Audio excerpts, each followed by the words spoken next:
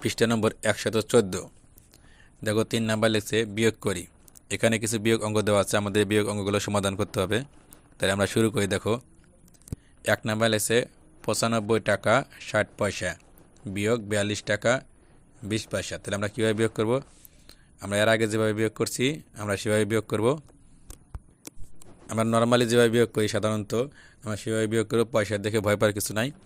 আমরা লিখব উপর নিচ করে লিখব 95 টাকা 60 পয়সা 42 টাকা 20 পয়সা। আমরা এক স্থান থেকে ডান দিক থেকে বিয়োগ করব। তাহলে এখানে দেখো পয়সার দিক থেকে এই 0 থেকে 0 বাদ দিলে কত হবে? 0।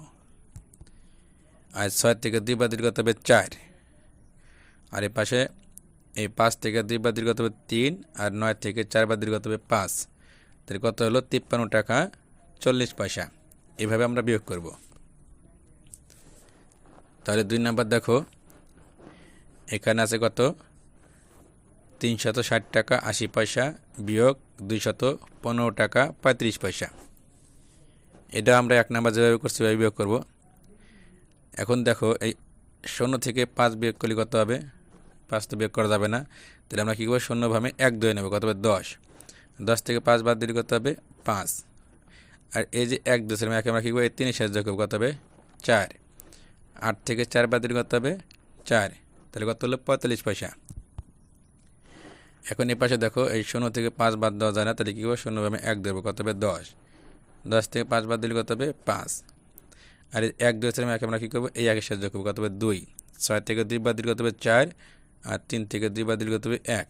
145 টাকা 45 পয়সা। তাহলে আমরা এভাবেই বিয়োগগুলো করব। আমরা অঙ্কে যেভাবে বিয়োগ করি সাধারণত পয়সা বাদে সেভাবেই করব, কোনো সমস্যা নাই। এবার 3 নাম্বার দেখো এখানে আছে 755 টাকা 45 পয়সা বিয়োগ 345 টাকা 10 পয়সা 20 পয়সা। এটা আমরা কীভাবে করব? এটা আমরা পয়সার দিক থেকে করবো। তাহলে 5 থেকে 0 বাদ দিলে কত হবে? 5। 4 থেকে 2 বাদ দিলে কত হবে? 2। আর এই পাশে 5 থেকে 5 বাদ দিলে কত হবে? 0। আর 5 থেকে 4 বাদ দিলে কত হবে? 1। আর 7 থেকে 3 বাদ দিলে কত হবে? 4। তাহলে কত হলো? 410 টাকা 25 পয়সা। তাহলে আমরা এইভাবে বিয়োগগুলো সমাধান করব। এরপর দেখো 4 নম্বরে এখানে আছে কত?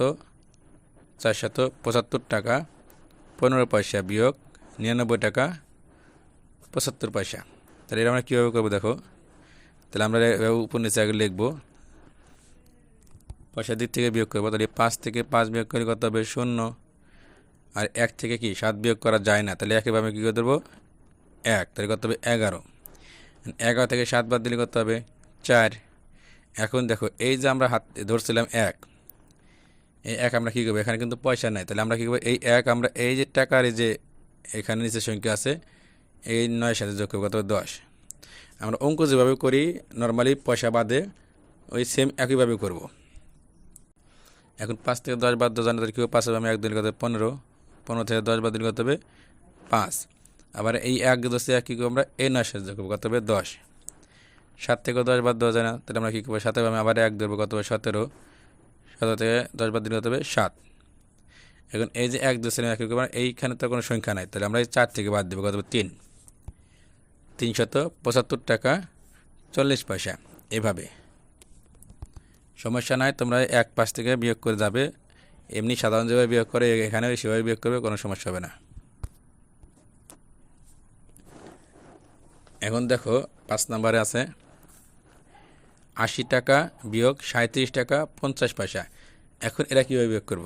এরাই কিন্তু দুই পাশে পয়সা ছিল, উপর নিচে দুই পাশে পয়সা ছিল। এখানে কিন্তু এক জায়গায় শুধু টাকা আছে পয়সা নাই, আর জায়গায় টাকাও আছে পয়সাও আছে। তাহলে আমরা কী করব? এটা আমরা বড় সংখ্যা থেকে তো ছোট সংখ্যা বিয়োগ করতে হয়। তাহলে আমরা এখানে 80 টাকা বড়, তাহলে আমরা লিখবো 80 টাকা। যেহেতু এখানে এরপরে পয়সা আছে যে 37 টাকা 50 পয়সা আছে, তাহলে আমাদের তো পয়সা বানাতে হবে, পয়সা তো নাই। তাহলে আমরা কী করব? আমরা এখানে লিখবো 80 টাকা। যেহেতু নাই তার মানে কি 0 পয়সা, দিলে 0 দিয়ে নেব যাতে আমাদের বিয়োগটা করার সুবিধা হয়। তাহলে 80 টাকা 0 পয়সা, তার মানে কি শুধু টাকা আছে পয়সা নাই, পয়সা নাই মানে কি 0। আর এখানে 37 টাকা 50 পয়সা। এখন দেখো এখন যদি আমরা বিয়োগ করি তাহলে কীভাবে বিয়োগ করবো? এই শূন্য থেকে শূন্য বাদ দিলে কত হবে শূন্য, আর এই শূন্য থেকে কি শূন্য বাদ দেওয়া যাবে, এই 5 বাদ দেওয়া যাবে, বাদ দেওয়া যাবে না। তাহলে আমরা কী করবো, শূন্যভাবে 1 দেবো, কত 10, 10 থেকে 5 বাদ দিলে কত হবে 5। এখন এই যে 1 10 আমরা কী করবো, এই যে 7 আছে এই 7 যোগ করবো, কত হবে 8। এই শূন্য থেকে 8 বাদ দেওয়া যায় না, তাহলে আমরা কী করবো, শূন্যভাবে 1 দেবো, কত হবে 10, 10 থেকে 8 বাদ দিলে কত হবে 2, আর 1 আমরা কী করবো 3 যোগ কত 4, 8 থেকে 4 বাদ দিলে 4, তাহলে কত হলো 42 টাকা 50 পয়সা। যদি এরকম থাকে যে টাকা আছে পয়সা নাই, তাহলে বিয়োগ করতে হবে আমাদের। সেই ক্ষেত্রে আমরা এভাবে শূন্য পয়সা ধরে নেব, শূন্য মানে তো কোনো পয়সা নাই, এই শূন্য পয়সা ধরে নেব, ধরে নিয়ে তারপরে বিয়োগ করব, তাহলে আমাদের জন্য বিয়োগ সহজ হবে। এরপর দেখো এখানে 6 নম্বর আছে কত 824 টাকা 45 পয়সা বিয়োগ 307 টাকা 75 পয়সা। এটা আমরা কীভাবে বিয়োগ করবো, তাহলে আমরা আগে লিখবো 824 টাকা 45 পয়সা বিয়োগ 307 টাকা 75 পয়সা। তাহলে আমরা কী করবো, 5 থেকে 5 বিয়োগ করলে কত হবে 0, আর 4 থেকে কি 7 বিয়োগ করা যায় না, তাহলে আমরা কী করবো 4-এর বামে 1 দেবো, কত হবে 14, 14 থেকে 7 বাদ দিলে কত হবে 7। এখন এই যে 1 দশমিক আমরা কী করবো, এই পাশের সংখ্যা সাহায্য করবো, কত হবে 8। আমরা বিয়োগ যেভাবে করি পরবর্তী সংখ্যা নিচের সংখ্যা সাহায্য করি, আমরা এখানে সেভাবে করব। এখন 4 থেকে তো আর 8 বাদ দেওয়া যায় না, তাহলে আমরা কী করবো 4-এর বামে 1 দেবো, কত আবার 14 হবে। এখন 14 থেকে 8 বাদ দিলে কত হবে 6, আর এই 1 দশমিক 1 আমরা শূন্য সাহায্য করবো, কত হবে 1, 2 থেকে 1 বাদ দিলে কত হবে 1, আর এই 8 থেকে 3 বাদ দিলে কত হবে 5, তাহলে কত হলো 516 টাকা 70 পয়সা। এভাবে এখন দেখো 7 নম্বরে কী লিখছে এখানে, এখানে কিন্তু এই যে 900 টাকা বিয়োগ 279 টাকা 55 পয়সা। তাহলে এটা আমরা কীভাবে করবো, আমরা কিন্তু এই যে 5 নম্বর যেভাবে করছি, এই যে 80 টাকা 37 পয়সা 80 টাকা ছিল, তারপরে 37 টাকা 50 পয়সা ছিল, এটা যেভাবে করছি এখানে আমরা সেম সেভাবে করব। তাহলে আমরা প্রথমে লিখবো 900 টাকা 0 পয়সা, যেহেতু পয়সা নাই তার মানে কি নাই মানে তো শূন্য, তাহলে আমরা শূন্য লিখবো 0 পয়সা। আর এখানে লিখবো হচ্ছে 279 টাকা 55 পয়সা, শূন্য কিন্তু আমরা দুইটা দেবো, যেহেতু এখানে পয়সা দুইটা শূন্য দুইটা দেবো, পয়সার সংখ্যা যেহেতু দুইটা আছে আমরা এখানে শূন্য দুইটা দেবো। তাহলে শূন্য থেকে তো 5 বাদ দেওয়া যায় না, তাহলে আমরা কী করবো 0 আমি 1 দেবো, কত 10, 10 থেকে 5 বাদ দিলে কত 5, আর 1 দশমিক 1 আমরা কী করবো 5 যোগ করতে হবে 6, এই 0 থেকে 6 বাদ দেওয়া যায় না, 0 আমি 1 দিলে কত 10, 10 থেকে 6 বাদ দিলে কত 4, আর এই যে 1 দশমিক 1 আমরা কী করবো এই পাশে 9 যোগ করবো, কত 10, এই 0 থেকে 10 বাদ দেওয়া যায় না, তাহলে আমরা কী করবো 0 আমি 1 দেবো, কত 10, 10 থেকে 10 বাদ দিলে কত হবে 0, আর এই যে 1 দশমিক 1 কী করবো আমরা এই 7 যোগ করবো, কত হবে 8, এই 0 থেকে 8 বাদ দেওয়া যায় না, তাহলে আমরা কী করবো 0 আমি আবার 1 দেবো, কত হবে 10, 10 থেকে 8 বাদ দিলে কত হবে 2, আর 1 দশমিক আমরা কী করবো 2 যোগ করবো, কত হবে 3, 9 থেকে 3 বাদ দিলে কত হবে 6, তাহলে কত হবে 620 টাকা 45 পয়সা। এটা হচ্ছে উত্তর।